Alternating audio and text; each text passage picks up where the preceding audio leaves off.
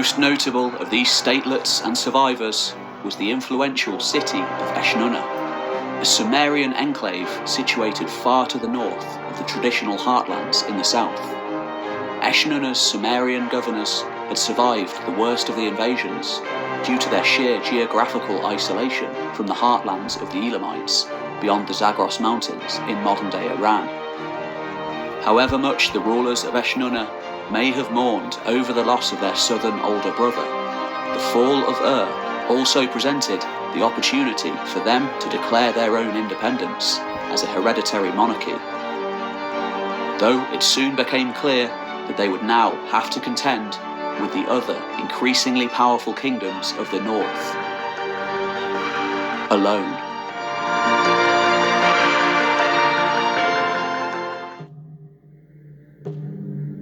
Another state to arise from the ashes of the Elamite occupation was Larsa. Like Eshnunna, it was already an ancient city, inhabited for 1,000 years or more. Though, unlike Sumerian Eshnunna, Larsa had been claimed by a clan of Amorite warlords, fierce pastoralists attracted to the sedentary lands of the city builders by the ever-present allure of wealth and power. In time, they adopted many of the customs of the city builders, including the Sumerian gods. But nonetheless, they retained the ruthless militancy honed by their forefathers out in the arid wastes to the southwest. In the far north, along the Tigris and the Euphrates rivers, in modern-day northern Iraq, still more Amorite warlords gradually moved into the area, claiming more and more cities for their own, and in time, founding their own walled fortresses and citadels, each as independent-minded and fierce as the last. The most important of the states to survive the collapse of the empire was Isin. There, like Eshnunna, a native Sumerian governor by the name of Ishbi-Erra had survived the fall of and proceeded to unify the surrounding cities one by one under his control. Finally, after a 10-year struggle, Ishbi-Erra succeeded in recapturing from the Elamites and drove them back across the ancient border to their homelands past the Zagros Mountains.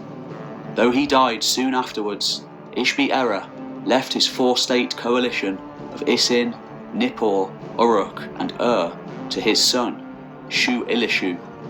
For the next 50 years, Isin fought out a long and devastating war against the Amorite rulers of Larsa, both fielding armies, but despite their best efforts, neither being fully able to subjugate the other. In the north, meanwhile, cities that had been under the rule of one empire after another for hundreds of years, first under the Akkadians and then the Neo-Sumerians, seized the inherent strife engulfing the formerly all-powerful south to go their own way.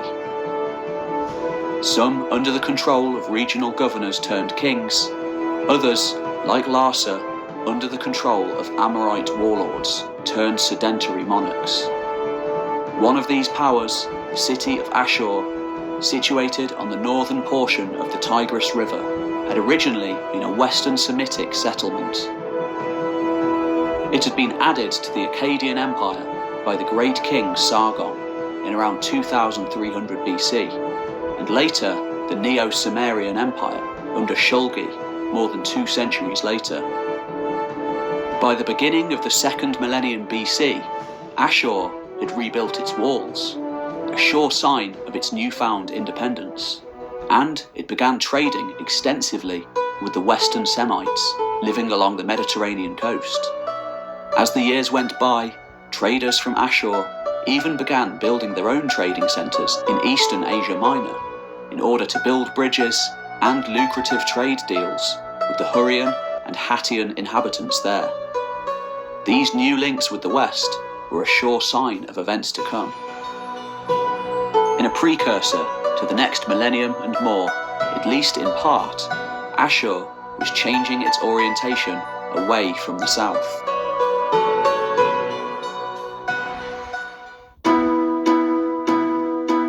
To the west of Ashur, along the Euphrates River, another new power was arising.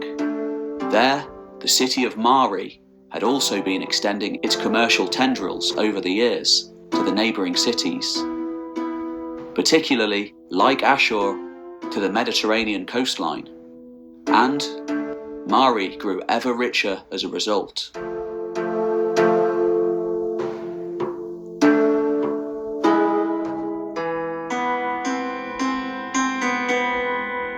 Between these two increasingly powerful and wealthy cities, however, out in the plains between the two rivers, lay a shifting patchwork of Amorite chieftains. For the most part, these warlords seem to have fought amongst themselves for territory, but every once in a while, a strong leader would arise amongst the tribes to unite them under one banner and threaten to conquer the city dwellers. In the south, sometime around 1930 BC, the balance of power finally shifted dramatically away from the Neo-Sumerian successor state of Isin and towards Amorite-held Larsa.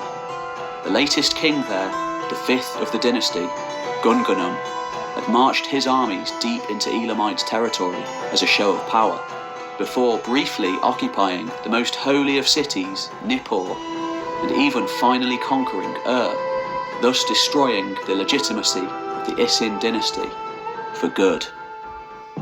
Quite remarkably, Gungunam, a proud descendant of Amorite conquerors, then began portraying himself as a restorer of the old Sumerian ways. In reality, Sumerian culture seems to have mostly already died out by this point, the other cities, such as Uruk, one by one, having already been replaced by ambitious Amorite newcomers.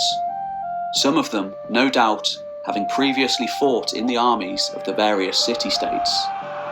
Over the coming years, this was a strategy that would later be adopted by generation after generation of kings.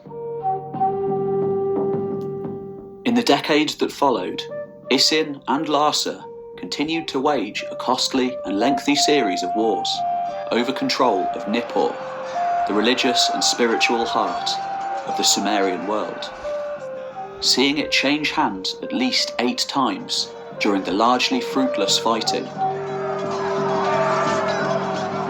In the north, meanwhile, Mari and Ashur remained in a state of quasi-Cold War, both attempting to become the foremost commercial power in the region, at the behest of the other.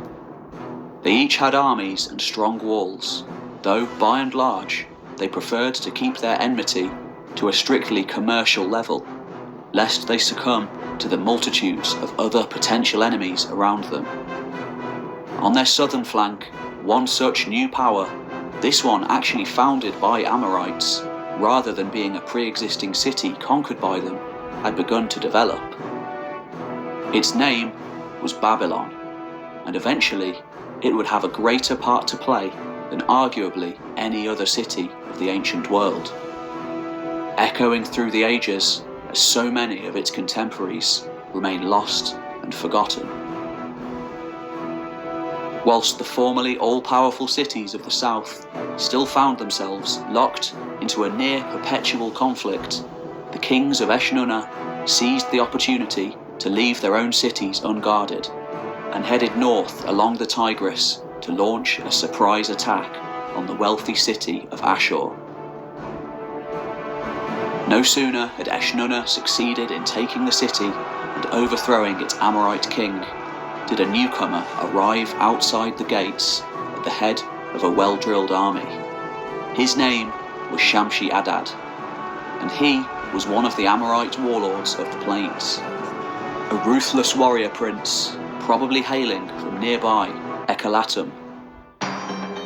Shamshi-Adad seems to have spent much of his life up until this point serving as a sword for hire in the armies of other Amorite kings and attempting to seize power for himself in any way that he could.